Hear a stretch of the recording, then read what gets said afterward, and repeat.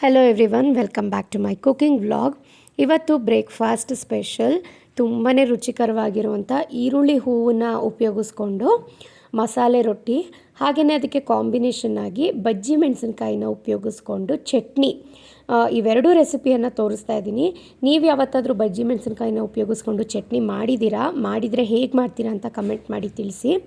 ಈರುಳ್ಳಿ ಹೂವು ಚಳಿಗಾಲದಲ್ಲಿ ತುಂಬಾ ಚೆನ್ನಾಗಿ ಬರುತ್ತೆ, ಫ್ರೆಶ್ ಆಗಿ ಇತ್ತು. ಸೊ ಹಾಗಾಗಿ ಮಸಾಲೆ ರೊಟ್ಟಿಗೆ ಹಾಕಿದ್ರಂತೂ ತುಂಬಾ ರುಚಿಕರವಾಗಿರುತ್ತೆ.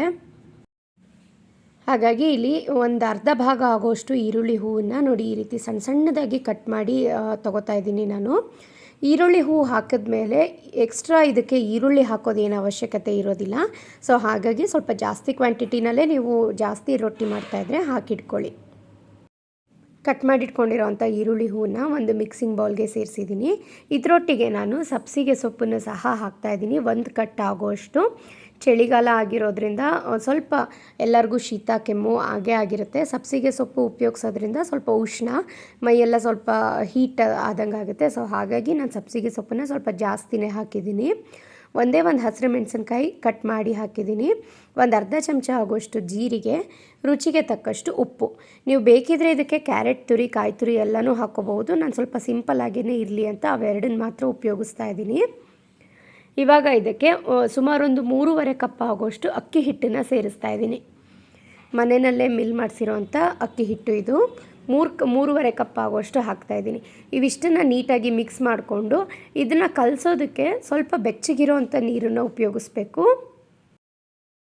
ತಣ್ಣಗಿರೋವಂಥ ನೀರನ್ನು ಹಾಕಿ ರೊಟ್ಟಿ ಕಲಸಿದ್ರೆ ಬಿಸಿ ಇದ್ದಾಗ ಸಾಫ್ಟಾಗಿರುತ್ತೆ, ಬಟ್ ಅದು ಸ್ವಲ್ಪ ತಣ್ಣಗಾಗ್ತಾ ಆಗ್ತಾ ಗಟ್ಟಿಯಾಗಿಬಿಡುತ್ತೆ ರೊಟ್ಟಿ. ಸೊ ನಿಮಗೆ ಬೆಳಗ್ಗೆ ಮಾಡಿದ ರೊಟ್ಟಿ ಸಂಜೆವರೆಗೂ ಸಾಫ್ಟಾಗೇ ಇರಬೇಕು ಅಂದರೆ ಸ್ವಲ್ಪ ಬೆಚ್ಚಗಿರೋವಂಥ ನೀರನ್ನು ಹಾಕಿ ಮಿಕ್ಸ್ ಮಾಡಿ. ಹಾಗೆಯೇ ನಾನು ಸ್ವಲ್ಪ ತೆಳುವಾಗಿಯೇ ಕಲಿಸ್ತೀನಿ, ತುಂಬ ಗಟ್ಟಿ ಮಾಡಲ್ಲ ಮಸಾಲೆ ರೊಟ್ಟಿಗೆಲ್ಲ ಹಿಟ್ಟನ್ನು. ಏಕೆಂದರೆ ಬಟರ್ ಪೇಪರ್ ಅಥವಾ ಇನ್ನು ತವಾ ಮೇಲೇ ಡೈರೆಕ್ಟಾಗಿ ಒತ್ತೋದಕ್ಕೆ ಈಸಿ ಆಗುತ್ತೆ. ನಾನು ತಗೊಂಡಿರೋವಂಥ ಮೆಜರ್ಮೆಂಟಲ್ಲಿ ಸುಮಾರು ಒಬ್ಬೊಬ್ಬರಿಗೆ ಒಂದು 3ರಿಂದ 4 ರೊಟ್ಟಿ ಆಗುತ್ತೆ, 3 ಜನಕ್ಕೆ. ಅಷ್ಟು ಕ್ವಾಂಟಿಟಿನಲ್ಲಿ ನಾನು ಕಲಸಿಟ್ಕೊಂಡಿದ್ದೀನಿ.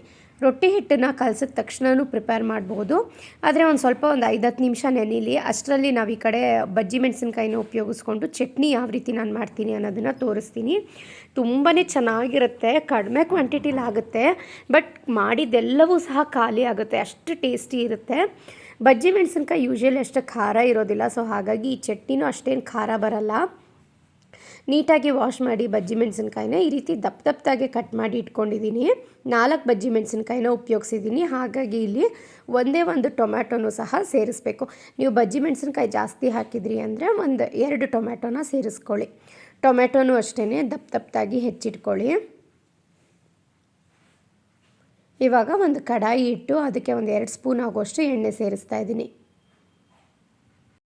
ಎಣ್ಣೆ ಬಿಸಿ ಆಗ್ತಾ ಇದ್ದ ಹಾಗೆ ಬಜ್ಜಿ ಮೆಣಸಿನ್ಕಾಯಿ ಏನು ಕಟ್ ಮಾಡಿ ಇಟ್ಕೊಂಡಿದ್ನಲ್ಲ ಅದನ್ನು ಮೊದಲಿಗೆ ಅದರ ಮೇಲ್ಗಡೆ ಸ್ಕಿನ್ನೆಲ್ಲ ಸ್ವಲ್ಪ ವೈಟ್ ಬರೋವರೆಗೆ ನಾವು ಚೆನ್ನಾಗಿ ಫ್ರೈ ಮಾಡಬೇಕು. ನಾವು ಫ್ರೈ ಮಾಡಿದಷ್ಟು ಚಟ್ನಿ ರುಚಿ ತುಂಬಾ ಚೆನ್ನಾಗಿ ಬರುತ್ತೆ.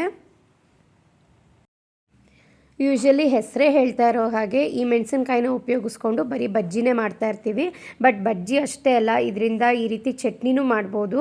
ಖಂಡಿತ ಟ್ರೈ ಮಾಡಿ ನೋಡಿ. ಅಕಸ್ಮಾತ್ ಏನಾದರೂ ನೀವು ಮೊದಲನೇ ಸಲ ನೋಡ್ತಾ ಇದ್ದೀರಾ ಈ ರೆಸಿಪಿನ ಅನ್ನೋದಾದರೆ. ಇದರೊಟ್ಟಿಗೆ ನಾನು ಒಂದೇ ಒಂದು ಬ್ಯಾಡಗಿ ಮೆಣಸಿನ್ಕಾಯಿನ ಸೇರಿಸಿದ್ದೀನಿ, ಏಕೆಂದರೆ ಖಾರ ಸ್ವಲ್ಪ ಕಡಿಮೆ ಬರುತ್ತೆ ಬಜ್ಜಿ ಮೆಣಸಿನ್ಕಾಯಿ. ಹಾಗಾಗಿ ನೀವು ಬೇಕಿದ್ರೆ ಒಂದು 2ರಿಂದ 3 ಹಸಿರು ಮೆಣಸಿನ್ಕಾಯಿನೂ ಸೇರಿಸ್ಕೋಬೋದು. ಕಟ್ ಮಾಡಿಟ್ಕೊಂಡಿರೋದು ಇದ್ದಂಥ ಟೊಮ್ಯಾಟೊ, ಹಾಗೆಯೇ ಒಂದು 5ರಿಂದ 6 ಎಸಳು ಬೆಳ್ಳುಳ್ಳಿ ಸಿಪ್ಪೆ ಎಡೆದು ಸೇರಿಸಿದ್ದೀನಿ. ಇವಾಗಲೇ ಇದಕ್ಕೆ ರುಚಿಗೆ ತಕ್ಕಷ್ಟು ಉಪ್ಪನ್ನು ಹಾಕಿಬಿಟ್ಟು ಟೊಮೆಟೊ ಎಲ್ಲ ಸ್ವಲ್ಪ ಸಾಫ್ಟ್ ಆಗೋವರೆಗೆ ಚೆನ್ನಾಗಿ ಫ್ರೈ ಮಾಡಬೇಕು. ತುಂಬ ಅದರಲ್ಲಿರೋವಂಥ ನೀರಿನಂಶ ಎಲ್ಲ ಡ್ರೈ ಆಗೋವರೆಗೂ ಏನು ಬೇಡ. ಜಸ್ಟ್ ಅದು ನಮಗೆ ಗೊತ್ತಾಗುತ್ತೆ, ಮೇಲ್ಗಡೆ ಸ್ಕಿನ್ನೆಲ್ಲ ಸ್ವಲ್ಪ ಸಾಫ್ಟ್ ಆದಂಗೆ ಆಗುತ್ತೆ, ಅಲ್ಲಿವರೆಗೆ ನಾವು ಇದನ್ನು ಫ್ರೈ ಮಾಡಿಕೊಂಡ್ರೆ ಸಾಕು. ನೋಡಿ, ಟೊಮ್ಯಾಟೊದಲ್ಲಿರೋವಂಥ ನೀರಿನಂಶ ಎಲ್ಲ ಬಿಟ್ಕೊಂಡಿದೆ. ಆ ನೀರಿನಲ್ಲೇ ಸ್ವಲ್ಪ ಬಜ್ಜಿ ಮೆಣಸಿನ್ಕಾಯಿ ಏನು ಹಾಕಿದ್ದೀವಲ್ಲ ಅದು ಬೆಂದರೆ ಚೆನ್ನಾಗಿರುತ್ತೆ ಟೇಸ್ಟು. ಕೊನೆಯಲ್ಲಿ ಇದಕ್ಕೆ ಒಂದು ಅರ್ಧ ಚಮಚ ಜೀರಿಗೆ, ಒಂದು ಹಿಡಿ ಆಗೋಷ್ಟು ಕೊತ್ತಂಬರಿ ಸೊಪ್ಪನ್ನು ಸ್ವಲ್ಪ ಕಟ್ ಮಾಡಿ ಸೇರಿಸ್ತಾ ಇದ್ದೀನಿ.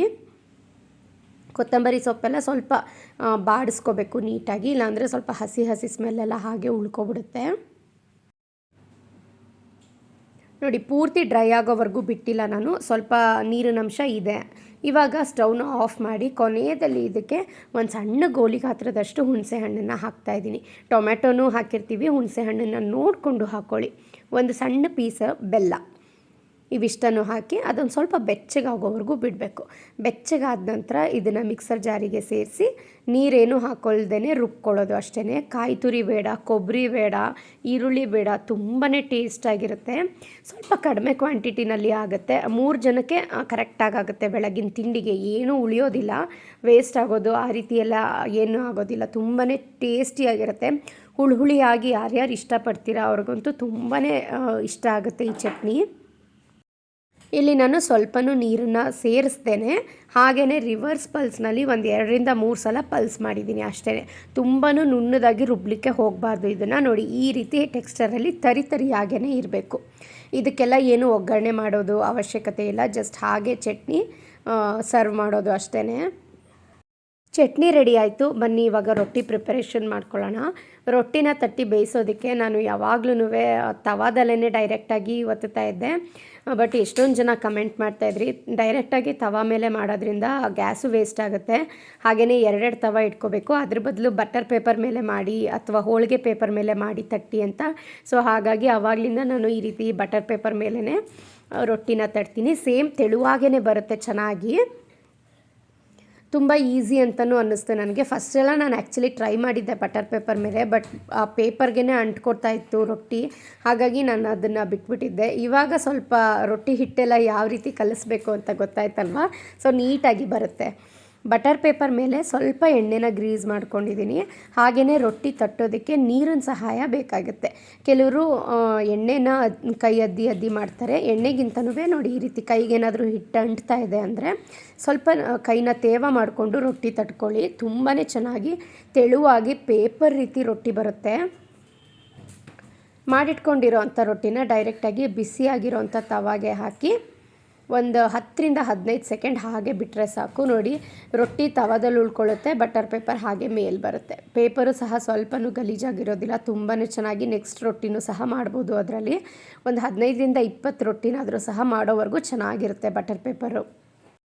ಹೈ ಫ್ಲೇಮ್ನಲ್ಲಿ 3 ನಿಮಿಷ 2 ಕಡೆ ಬೇಯಿಸ್ಕೊಂಡ್ರೆ ಆಯಿತು. ಸಾಫ್ಟಾಗಿರೋವಂಥ ಮಸಾಲೆ ರೊಟ್ಟಿ ರೆಡಿ ಆಗಿಬಿಟ್ಟಿರುತ್ತೆ. ನೋಡಿ ಎಷ್ಟು ಸುಲಭ, ಒಂದಾದ ನಂತರ ಒಂದು ರೊಟ್ಟಿನ ಮಾಡಿಬಿಡ್ಬೋದು. ತುಂಬಾ ಚೆನ್ನಾಗಿರುತ್ತೆ. ನಾನು ಹೇಳ್ದ ಹಾಗೆ ನಾನಿಲ್ಲಿ ಬರೀ ಈರುಳ್ಳಿ ಹೂವು ಹಾಗೆಯೇ ಸಬ್ಸಿಗೆ ಸೊಪ್ಪನ್ನ ಉಪಯೋಗಿಸ್ಕೊಂಡಿದ್ದೀನಿ. ನೀವು ಬೇಕಾದ್ರೆ ಕ್ಯಾರೆಟ್ ತುರಿ, ಕಾಯಿ ತುರಿ ಎಲ್ಲನೂ ಸಹ ಹಾಕ್ಕೊಂಡು ಮಾಡ್ಬೋದು. ಬೆಳಗಿನ ತಿಂಡಿಗೆ ನಾನು ಮೊದಲೇ ಹೇಳಿದಾಗೆ ನಮ್ಮ ಮನೆಯಲ್ಲಿ ರೊಟ್ಟಿ ಅಂದರೆ ಸಾಕು, ಎಲ್ಲರೂ ಕ್ಯೂನಲ್ಲಿ ನಿಂತ್ಕೊಂಡಿರ್ತಾರೆ. ತುಂಬ ಇಷ್ಟಪಟ್ಟು ತಿಂತೀವಿ ನಾವು ರೊಟ್ಟಿ ಐಟಮ್ಸ್ ಯಾವುದೇ ಆಗಿರ್ಬೋದು. ವಾರದಲ್ಲಿ ಒಂದು 3 ಸಲನಾದರೂ ಥರ ರೊಟ್ಟಿನ ನಾನು ಮಾಡ್ತಾನೆ ಇರ್ತೀನಿ. ನಿಮ್ಮ ಮನೆಗಳಲ್ಲೆಲ್ಲ ಯಾವ್ಯಾವ ತಿಂಡಿ ಇಷ್ಟ ಆಗುತ್ತೆ ಕಮೆಂಟ್ ಮಾಡಿ ತಿಳಿಸಿ. ಹಾಗೆ ಯಾವ ತಿಂಡಿ ಪದೇ ರಿಪೀಟ್ ಮಾಡ್ತಾ ಇರ್ತೀರಾ ನೀವು ಅನ್ನೋದನ್ನು ಸಹ ಕಮೆಂಟ್ ಮಾಡಿ ತಿಳಿಸಿ. ಕಮೆಂಟ್ಸ್ನೆಲ್ಲ ಓದ್ತೀನಿ, ಖಂಡಿತ ನಾನು ರಿಪ್ಲೈ ಸಹ ಮಾಡ್ತೀನಿ. ಒಂದಾದ ನಂತರ ಒಂದು ಬಿಸಿ ರೊಟ್ಟಿನ ಹಾಟ್ ಬಾಕ್ಸ್ಗೆ ಹಾಕಿಟ್ಕೊಬಿಟ್ರೆ ನೀವು ಲಂಚ್ ಬಾಕ್ಸ್ಗೆ ಹಾಕಿ ಕಳಿಸ್ಬೋದು. ತುಂಬಾ ಚೆನ್ನಾಗಿ ಸಾಫ್ಟಾಗಿರುತ್ತೆ ರೊಟ್ಟಿ. ಹಾಗೆ ಎಣ್ಣೆನೂ ಸಹ ಏನು ಜಾಸ್ತಿ ಉಪಯೋಗಿಸಿರೋದಿಲ್ಲ, ಜಸ್ಟ್ ಬಟರ್ ಪೇಪರ್ಗೆ ನಾವು ಸ್ಪ್ರೆಡ್ ಮಾಡಲಿಕ್ಕೆ ಅಷ್ಟೇ ಹಾಕಿರ್ತೀವಿ. ಎಕ್ಸ್ಟ್ರಾ ಮೇಲೆಲ್ಲ ಎಣ್ಣೆ ಹಾಕಿ ಬೇಯಿಸಬೇಕು ಅಂತೇನಿಲ್ಲ. ರೊಟ್ಟಿ ನೋಡಿ ಎಷ್ಟು ತೆಳುವಾಗಿ ಬಂದಿದೆ, ಪೇಪರ್ ರೀತಿ ಆಗಿದೆ ರೊಟ್ಟಿ ಮಾತ್ರ. ಹಾಗೆಯೇ ಚಟ್ನಿನೂ ಅಷ್ಟೇ ತುಂಬಾ ಚೆನ್ನಾಗಿತ್ತು, ಸಖತ್ ಹುಳಿಯಾಗಿತ್ತು. ಖಾರ ಸ್ವಲ್ಪ ಕಡಿಮೆನೇ ಇತ್ತು, ಯಾಕೆಂದರೆ ಬಜ್ಜಿ ಮೆಣಸಿನ್ಕಾಯಿ ಅಷ್ಟು ಖಾರ ಬರೋದಿಲ್ಲ. ಇದು ಟೊಮೆಟೊ ಹಾಗೆ ಹುಣಸೆ ಹಣ್ಣೆಲ್ಲ ಹಾಕಿರ್ತೀವಲ್ವ, ಸ್ವಲ್ಪ ಹುಳಿಯಾಗಿ ಚೆನ್ನಾಗಿತ್ತು. ಮೇಲ್ಗಡೆ ನಾನಿಲ್ಲಿ ಸ್ವಲ್ಪ ತುಪ್ಪ ಹಾಕ್ಕೊಂಡು ಸರ್ವ್ ಮಾಡ್ಕೊಂಡಿದ್ದೀನಿ. ನೀವು ತುಪ್ಪ ಬದಲಾಗಿ ಗಟ್ಟಿ ಮೊಸರು ಇದ್ದರೆ ಗಟ್ಟಿ ಮೊಸರನ್ನು ಸಹ ಸರ್ವ್ ಮಾಡ್ಕೋಬೋದು, ಚೆನ್ನಾಗಿರುತ್ತೆ. ರೊಟ್ಟಿನಲ್ಲೇ ಎಲ್ಲ ಮಸಾಲೆ ಹಾಕಿರೋದ್ರಿಂದ ಬರೀ ರೊಟ್ಟಿನೂ ಹಾಗೇ ತಿನ್ಬೋದು, ತುಂಬಾ ಚೆನ್ನಾಗಿರುತ್ತೆ. ಹಾಗೆ ಈರುಳ್ಳಿ ಹೂವು ಕ್ರಿಸ್ಪಾಗಿರುತ್ತಲ್ಲ ಬೆಂದು ಅದಂತೂ ಟೇಸ್ಟ್ ಸೂಪರಾಗಿ ಕೊಡುತ್ತೆ. ನಾನು ಸಿಗ್ತೀನಿ ಮತ್ತೆ ಇನ್ನೊಂದು ಕುಕ್ಕಿಂಗ್ ವ್ಲಾಗ್ನಲ್ಲಿ. Take care.